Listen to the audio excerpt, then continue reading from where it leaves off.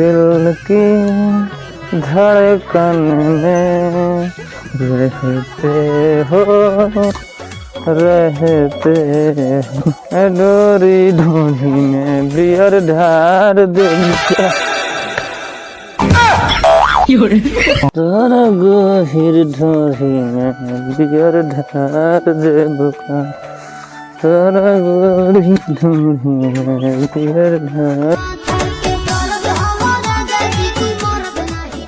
अगे भोसड़ी तेरी माँ की कहाँ बैठ गए निकल बे कि ना गए अगे भोसड़ी खाना लाइबे कि भूखले मुआइबे अगे भोसड़ी अच्छा आ गइल नाती मुत पी के रोज तहार इहे आदत बा रोक जा आवतनी तहार मुत पिए के आदत ना छूटी रुका आवतनी तो तहार के लती आवतनी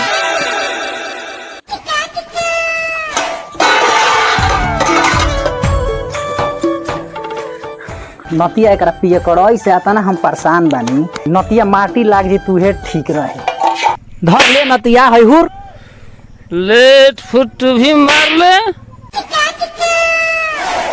मैं ये खाऊंगा कमाता हूँ इसीलिए इनको पूरे से ना कि चोखा बना देना सलाद काट देना कमाता ना तू मैं जाके पुष्टोली धाया बता कमाता हुर हुर ये हुर हम बोले सुनो कैसे जब पिए में क्यों इसमें काले ले भोंसली पानी ले जाके दारू ला कर दारू ले मार के तहार हम मुंहे तोड़ दे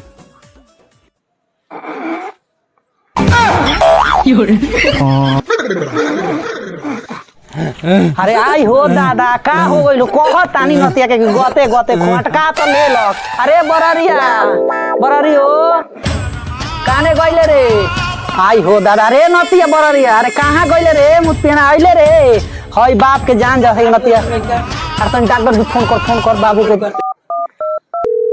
हाँ डॉक्टर साहब हम बरारिया बोलत तनी अच्छा जल्दी आई हमारे घरे हमार बाबू के गोल का मुंह में अटक गइल बा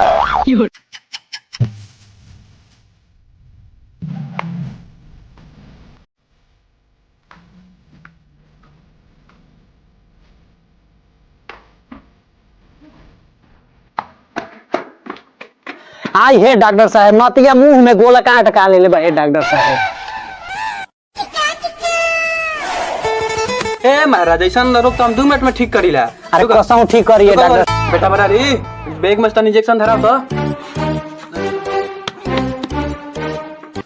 अरे डॉक्टर साहब एमे तो छेनी हथौड़ी बा लगा था कि छेनी हथौड़ी का बैग लेके आ गेल बनी अरे ऐसे तो खाली मेडिकल हम टाइम पास कर खातिर खोल ले बानी रिजल्ट का तो काम तो हमारा मशीन मोटर बनाइला कोनो बात नहीं है हम दिए के तुरंत ठीक कर देम ठीक कर दे नु हां एकदम ठीक कर देनी ठीक कर दी जल्दी तन ठीक कर दी बेटा बड़ा री तू क्लिनिक पे जाके सुई लेके आओ तो लेके आओ जो जल्दी आओ ए रुकी ना महाराज ऐसा रोग तो हम तुरंत ठीक कर दिला कोनो थी हां रुका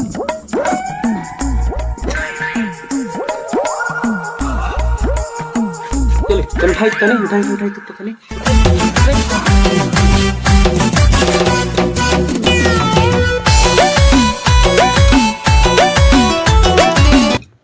आई हो दादा भता के जान बाँच गई हो ये डॉक्टर साहब जान बचा दे नतिया के कहत रहे कि बढ़िया से खो मैं बोला था भोंसरी को कि अखरे लिट्टी मत दे भोंसरी मानी न लिट्टी केवल दी चोखा सलाद देवे नहीं नाती सोझे ढोकत कह कि बाँच गला तो लाना चट चल गई रह डॉक्टर साहब रोज सुई मंगल रही रोज साथे साथे डोरो लग गया अरे साला तोरा के ई सुई कहले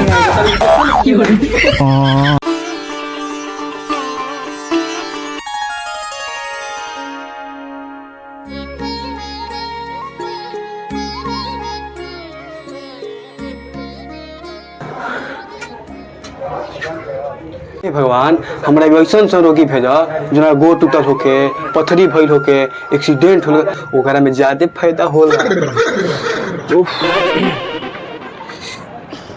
बेटा छेदी तनी खैनी बनाओ तनी कैसन तो मन के बनाओ तनी कुछ मन फ्रेश हो जाए बनाओ डॉक्टर साहब हाथ हमार बहुत दुखाता।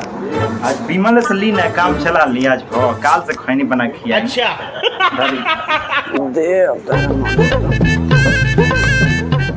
अरे तो हाथ दर्द का ले है दवाई ले है 2 ठेपी खोता हाथ दर्द सब तो सब ठीक हो जाए ले ले। ना ना ना रह दे हमारा इस बार दवाई खा के मुँह के नहीं खे।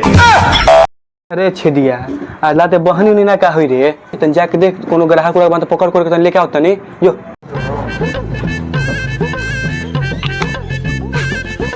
साला बिना डिग्री वाला डॉक्टर भी कौन है सब एक्सपायर दवाई रखेला।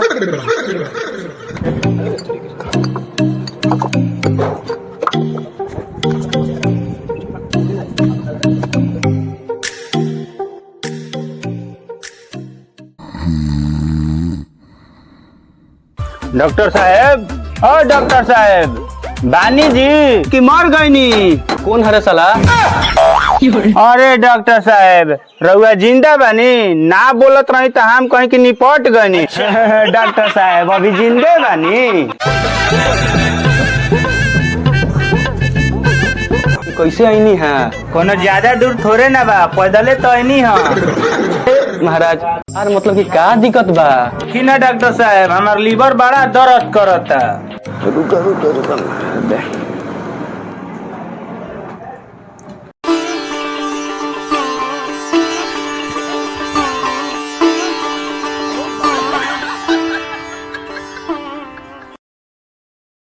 दारू पिए लगा एक पैक बनाई ना हम चिकना लेके आवत नहीं। बैठा कहे के मतलब बा कि तार दारू पिए से लीवर में प्रॉब्लम भइल बा। अच्छा ई बात बा भाई लिख देता ने खा लिया ठीक हो जाए।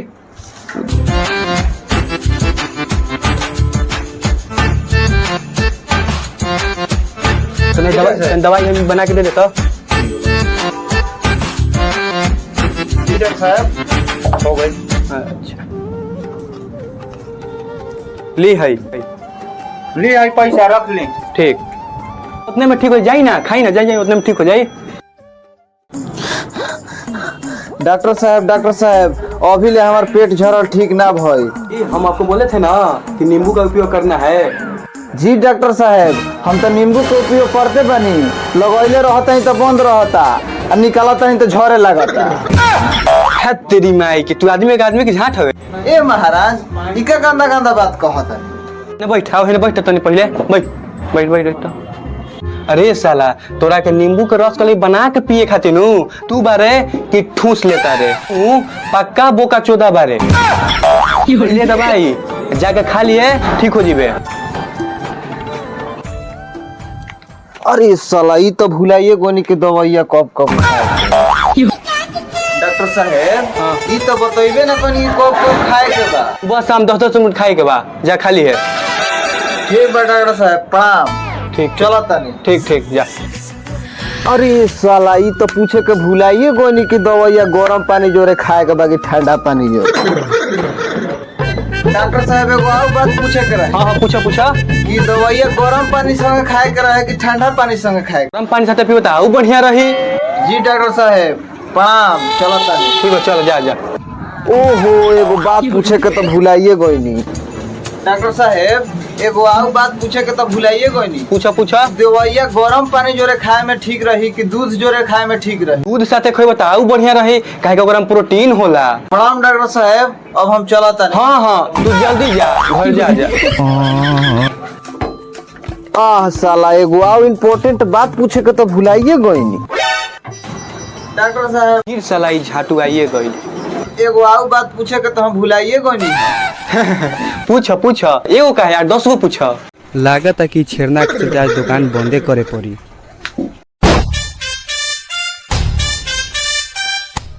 कॉमेडी के दुकान 03 सब्सक्राइब करें लाइक करें।